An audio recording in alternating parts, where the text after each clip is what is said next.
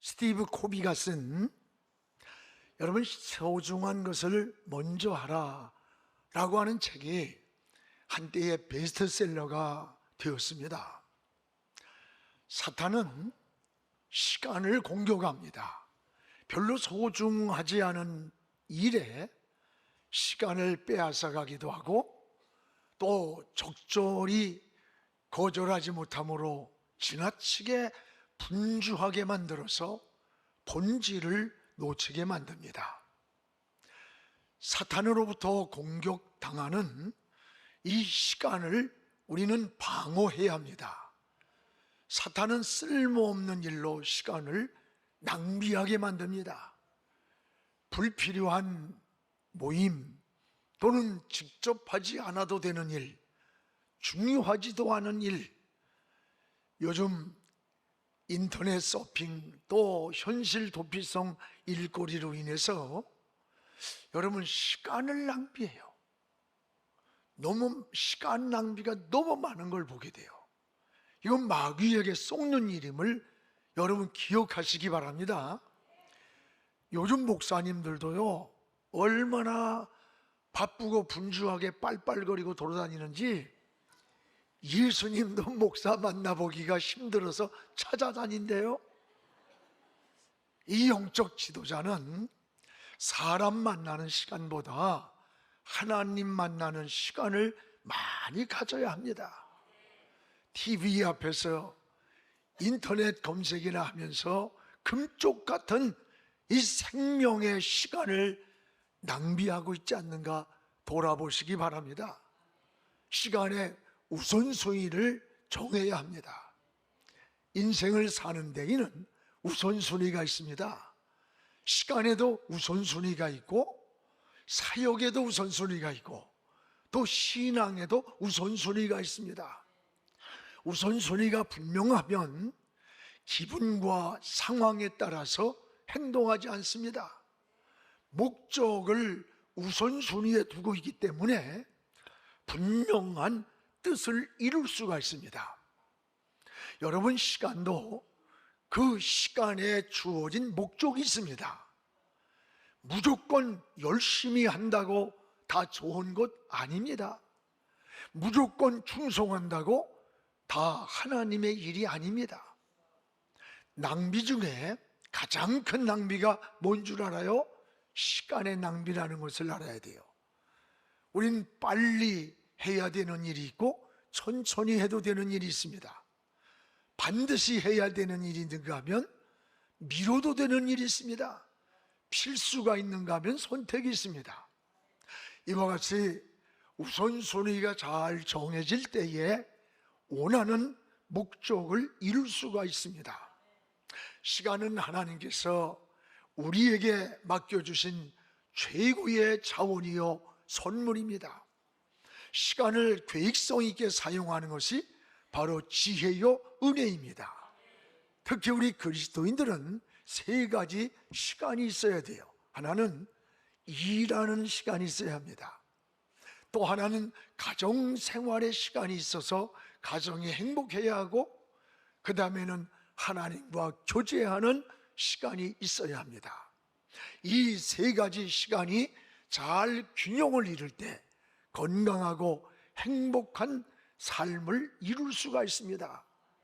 우리의 신앙생활도 마찬가지입니다. 하나님의 뜻을 향한 우선순위가 있습니다. 여러분, 주님은 사역의 우선순위가 바뀐 제자들을 향해 이런 말씀을 하셨습니다. 누가복음 9장 62절에 보면 쟁기를 잡고 뒤를 돌아보는 자는 결코 하나님 나라에 합당하지 않다고 했어요. 주님을 따르되 제자들은 먼저 작별 인사하고 와서 따르겠다. 또 어떤 이는 장사 지내고 와서 따르겠다고 할 때에 주님을 따르지 않겠다는 것 아닙니다. 따르되 문제는 사역의 우선순위가 바뀔 때에 주님은 합당하지 않다고 냉정하게 말씀하셨어요. 그러면 우리 주님의 사역은, 그 사역의 우선순위는 어디에 두었으며 또 무엇이었는가? 세 가지로 오늘 말씀에 나옵니다. 하나는 주님 사역의 우선순위를 기도에 두셨습니다. 어디에 두셨다고요? 기도에 뒀어요. 오늘 말씀 35절을 우리 한번 같이 읽겠습니다. 새벽 아직도 날이 밝기 전에 예수께서 일어나 한적한 곳으로 가서 거기서 기도하시더니, 여기 새벽 아직도 날이 밝기 전에, 여러분 새벽 해가 뜨기 전 어둠이 깔려있는 상태를 말하는 거예요. 즉 하루의 일이 시작하기 전, 날이 밝아오기 전에 주님은 제일 먼저 기도로 하루의 시작을 하는 거예요. 하루의 일이 시작되기 전, 날이 밝아오기 전 주님은 하루의 시작의 출발이 기도였음을 우리에게 잘 보여주고 있습니다. 주님은 모든 삶의 우선순위를 기도해 두셨습니다. 우리의 롤 모델은 바로 주님이십니다. 여러분은 하루의 출발의 우선순위가 어디에서부터 시작을 하는 겁니까? 오늘 예수님은 기도가 우선순위가 되어서요, 예수님은 하루의 출발을 기도로부터 시작을 하셨어요. 주님도 기도를 하셨는데, 여러분 연약한 우리가 어떻게 기도하지 아니하고 세상을 이기고 환경을 이기고 나 자신을 이기고 밀려오는 어둠과 이런 삶에서 승리할 수가 있겠습니까? 우리가 기도하는 시간은 결코 여러분 낭비하는 시간이 아닙니다. 루터는 바쁜 시간이 되면은 더 많은 기도 시간을 할애했다는 거예요. 그래서 어려운 일이 있을 때 하나님은 그 문제를 속히 해결해 주었다고 고백을 합니다. 그렇습니다. 우리는 바쁘다고 기도 시간을 줄이거나 기도하는 일을 소홀히 하거나 미루는 것 어리석은 거예요. 예수님의 사역을 깊이 살펴보십시오. 기도로 출발을 하시고 모든 삶의 기도로 마쳤습니다. 기도는 마치 호흡과 같습니다. 여러분, 음식물은 일주일을 먹지 않아도, 열흘을 먹지 않고 40일까지 금식을 해도 삽니다. 그런데 호흡은 5분만 중단해도 죽습니다. 건강한 사람은 가장 쉬운 게 호흡하는 거예요. 그러나 병이 든 사람은 가장 힘든 게 호흡이 안 됩니다. 호흡이 안 되고 또 안 되면 산소 호흡기를 끼우고, 그것도 안 되면 생명이 떠나는 거예요. 오늘 여러분은 영적 호흡이 잘 되고 있습니까? 먼저 기도하고, 사업을 해도 기도하고 시작하시기 바랍니다. 먼저 기도하고 인생의 진로도 결정하시기 바랍니다.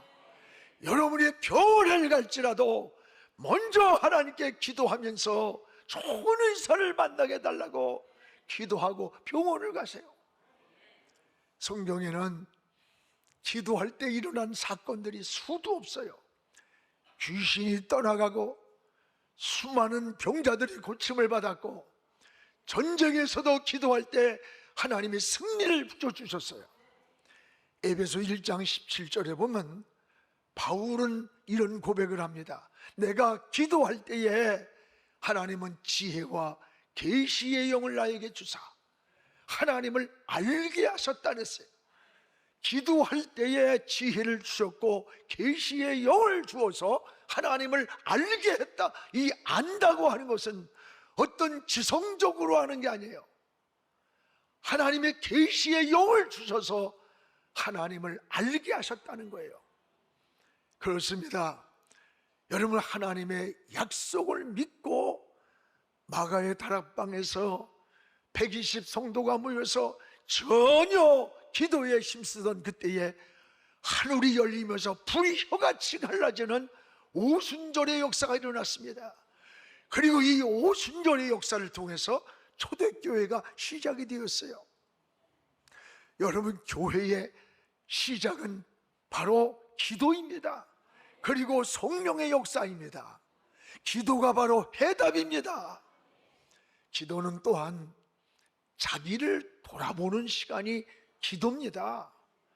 오늘 주님은 새벽 미명에 모든 것이 잠들고 어둡고 날이 밝아오기 전에 한적한 곳에 가서 먼저 하나님께 기도를 드렸어요. 저는 이 한적한 곳에 하나님과 깊은 영성의 세계로 나가는 시간임을 보게 돼요. 이 시간이 영적으로 자신을 돌아보는 시간입니다.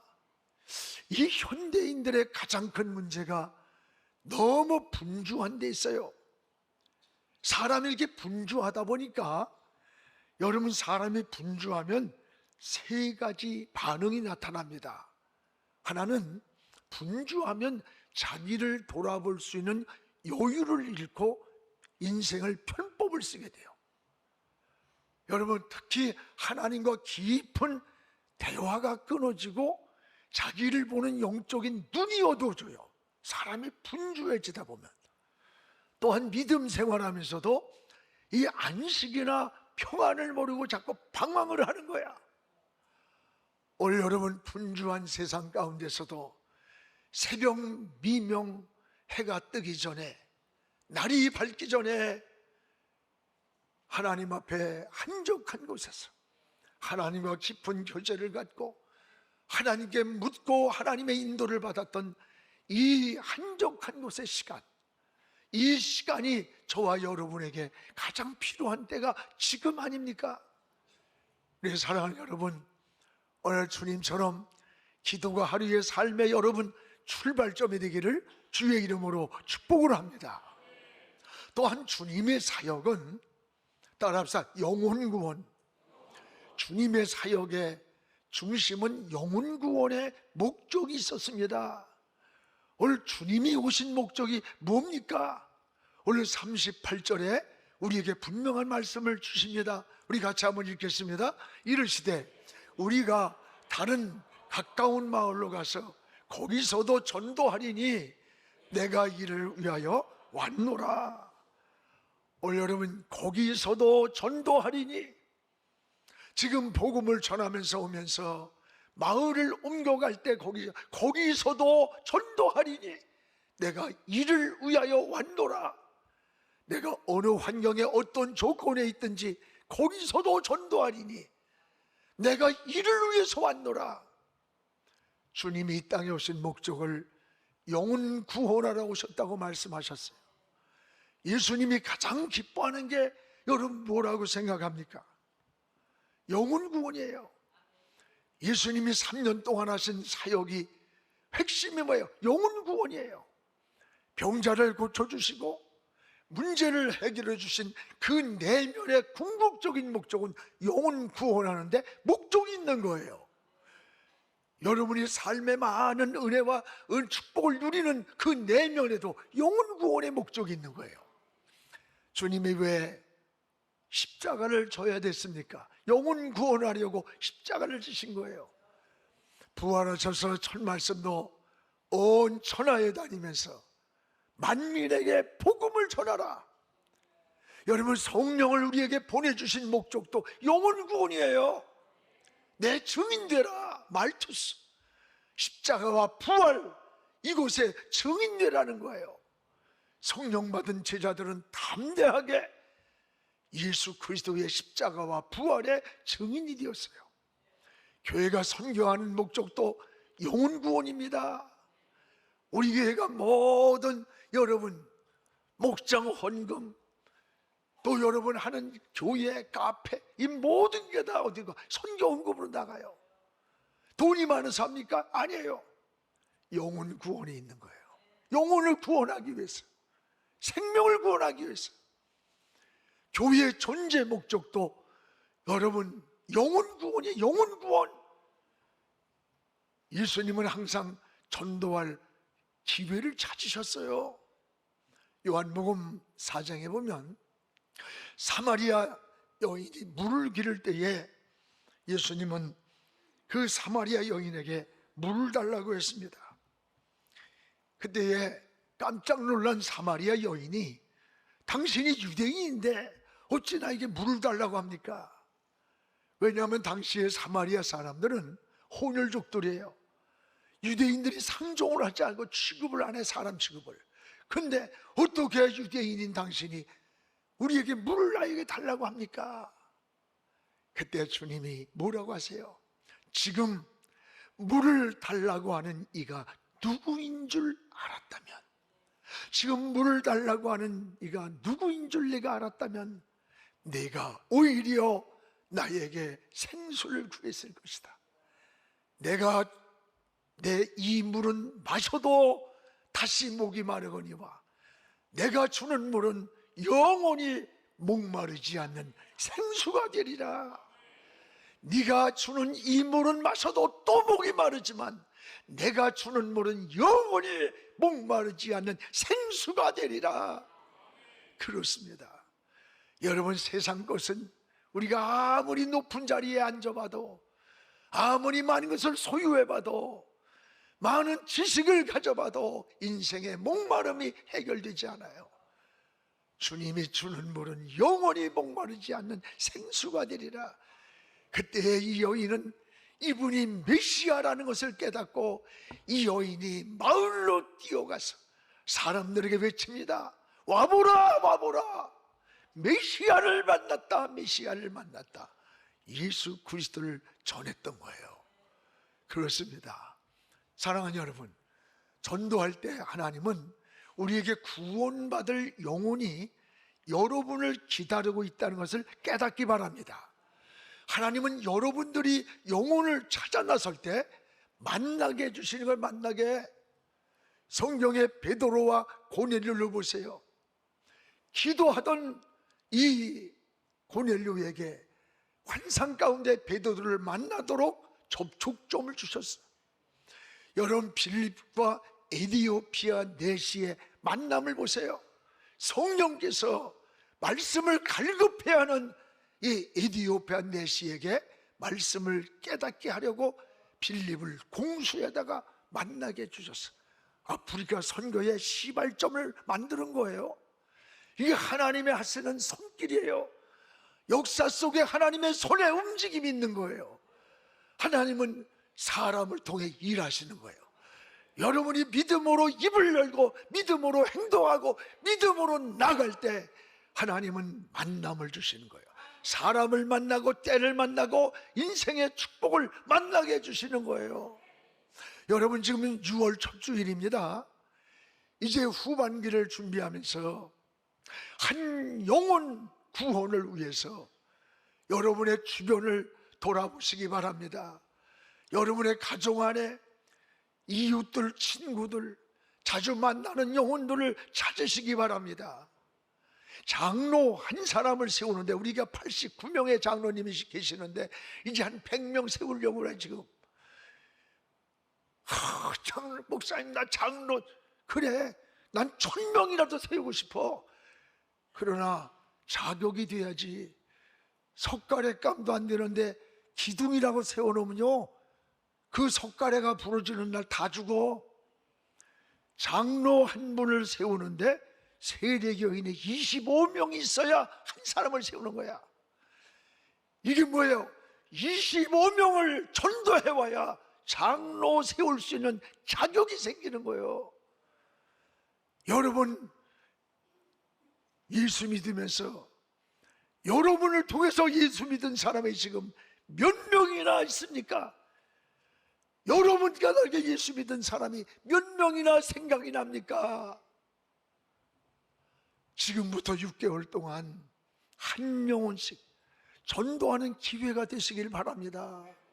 내가 10년, 20년, 30년 여러분이 예수 믿었으면서도 나로 인해서 구원받은 영혼이 몇 명이나 되는지 생각이 납니까? 주님 앞에 설 때 그 영혼들과 함께 설 수 있는 영혼이 몇 명이나 되는 겁니까? 전 감사한 게 우리 교회를 통해서 세례받은 게 8,600명이에요. 우리 탈북자들도 860명이나 우리 교회에서 여러분 세례받았어요. 너무나 감사해. 여러분, 주님을 말씀합니다. 눈을 들어봐라. 추수할 영혼들이 너무 많다. 우리 주변에 수없이 많습니다. 여러분, 전도의 기회를 놓치지 않기를 축복합니다. 더도 말고 이제 남은 후반기 동안에 한 영혼만, 한 영혼씩만 누구든지 이름을 적고 물질을 희생하고 시간을 희생하고 마음을 희생해서 한 생명을 주께로 인도하는 그런 우리 후반기가 되기를 주의 이름으로 축복을 합니다. 또한 우리 주님은 이 복음과 함께 인생의 문제를 해결해 주셨어요. 놀라운 은혜입니다. 오늘 39절 본문을 다 같이 읽겠습니다. 이제 온 갈릴리에 다니시며 그들의 여러 회당에서 전도하시고 또 귀신들을 내어 쫓으더라. 여기에 온 갈릴리에 다니시면서 귀신들을 내쫓았다 그랬어요. 귀신들을 내쫓았다. 오늘 여러분, 갈릴리에 다니면서 사람들이 안고 있는 인생의 문제들을 해결해 주시면서 영혼을 구원했습니다. 우리 주님은 복음만 전해주고 예수만 믿고 인생은 갈대로 가고 신앙 따로 우리 인생의 문제 따로가 아니에요. 예수님을 영접하니까 인생의 문제까지 풀어줬던 거야. 주님은 병자를 고쳐주시고 슬픈 자의 눈물을 닦아주시고 귀신 들린 자에서 귀신을 쫓아내고 자유함을 주셨던 거예요. 요한일서 3장 8절에 하나님의 아들이 이 땅에 오신 것은 마귀의 일을 멸하려고 오셨다 그랬어요. 마귀가 하는 일이 뭡니까? 우리 인생의 문제를 일으키는 원흉이 원수 마귀예요. 그래서 성경에는 마귀, 귀신, 사탄, 악한 영들 다 같은 거예요. 속성이 우리의 대적이라고 했어요. 그렇습니다, 여러분. 그리고 우리의 싸움은 혈과 육이 아니라 저 하늘에 있는 악의 영들이라 했어요. 이 악한 영들은 파괴자야, 이간자예요. 여러분, 유혹하는 자, 여러분의 가정에 들어와서 가정의 행복을 파괴합니다. 우리 마음에 들어서 기쁨을 파괴합니다. 우리의 삶을 자꾸 유혹해서 인생을 흔들고 죄악 가운데로 이끌고 가는 거예요. 속지 않기 바랍니다. 이런 원수마귀를 우리 주님은 쫓아냈다는 거예요. 주님은 영혼만 구원하는 게 아니에요. 복음과 함께 우리 인생의 문제를 해결해 주러 오셨어요. 여러분, 인생을 살아가는 동안에 문제 없는 사람이 어디 있어요? 영적인 문제만이 있습니까? 아니에요. 가정의 문제, 자녀 문제, 사업의 문제, 건강의 문제, 직장의 문제, 여러분 나라도 마찬가지예요. 사회 문제, 정치 문제, 교육 문제 굉장히 많아요. 유엔에 가입된 나라가 193개국이래요. 전 세계에 모인 유엔 대표들이 매일같이 머리를 맞대고 고민하는 게 뭔 줄 알아? 어떻게 하면 인류에게 평화를 줄까? 이걸 토론하면서 고민하지만 아직도 지구촌에는 평화가 이루어지질 않아. 끊임없는 전쟁이 멈추지 않아. 완전한 해답이 없습니다. 왜 그렇습니까? 예수 그리스도만이 인생 문제의 해답이기 때문입니다. 할렐루야! 예수 그리스도가 인생의 문제의 해답이야. 그분이 계셔야 평화가 오는 거예요. 그분이 계셔야 문제가 해결되는 거예요. 모든 인류의 여러분 생사화복의 열쇠를 주님이 쥐고 계시는 거예요. 여러분, 예수 그리스도 안으로 돌아오시기 바랍니다. 예수 그리스도 안에서 해답을 찾아야 합니다. 예수님만이 길입니다. 평안입니다. 주님만이 안식이고 인생의 해답이 되는 거예요. 할렐루야. 그러므로 인생의 근본적인 해답을 다른 곳에서는 찾을 수가 없어. 사람들은 인생의 길을 찾으려고 무당 점쟁이 운명 철학원을 찾아가서 인생의 길을 묻고 해답을 묻습니다. 그러나 거기에서는 길도 없고 답도 없고 방법도 없습니다. 진정한 평안도 없습니다. 그러면 사람들은 어떻게 하느냐? 인생을 체념하는 거예요. 인생을 운명에다가 맡기는 거예요. 그리스도인들은 운명이란 말을 하지 않습니다. 운명이라는 말을 하지 않아요. 왜? 주님이 해답이 되기 때문입니다. 예수 그리스도를 통해서 지옥 갈 운명도 천국으로 바뀝니다. 마귀의 자식이 하나님의 자녀의 신분으로 바뀝니다. 신앙은 운명을 바꾸는 거예요. 여러분 인생을 운명이라고 말하지 마세요. 여러분 자식들을 한테 너는 그래 고만한 그릇밖에 안 돼, 고만한 인생밖에 네 팔자야. 여러분 성경에 어디 팔자가 있어요? 여러분 성경에 어디 운명이란 말이 있어요? 저 유교나 불교는 인생을 운명론에다 집어넣는 거야. 그래서 유교 문화나 불교 문화에서는 발전이 없습니다. 인생을 운명이라고 생각하기 때문에. 아닙니다. 우리 예수 믿는 사람들은요, 의사가 죽는다라도 하나님이 살려주면 사는 거예요.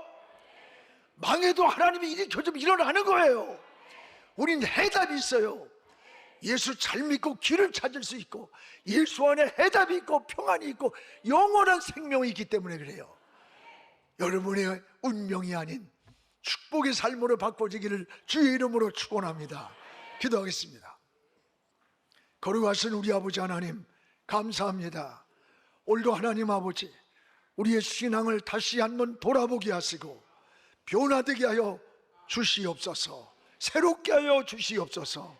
운명이 아니라 하나님께서는 길이 있고 해답을 주셨고 평안을 주셨고 또 길도 주셨습니다.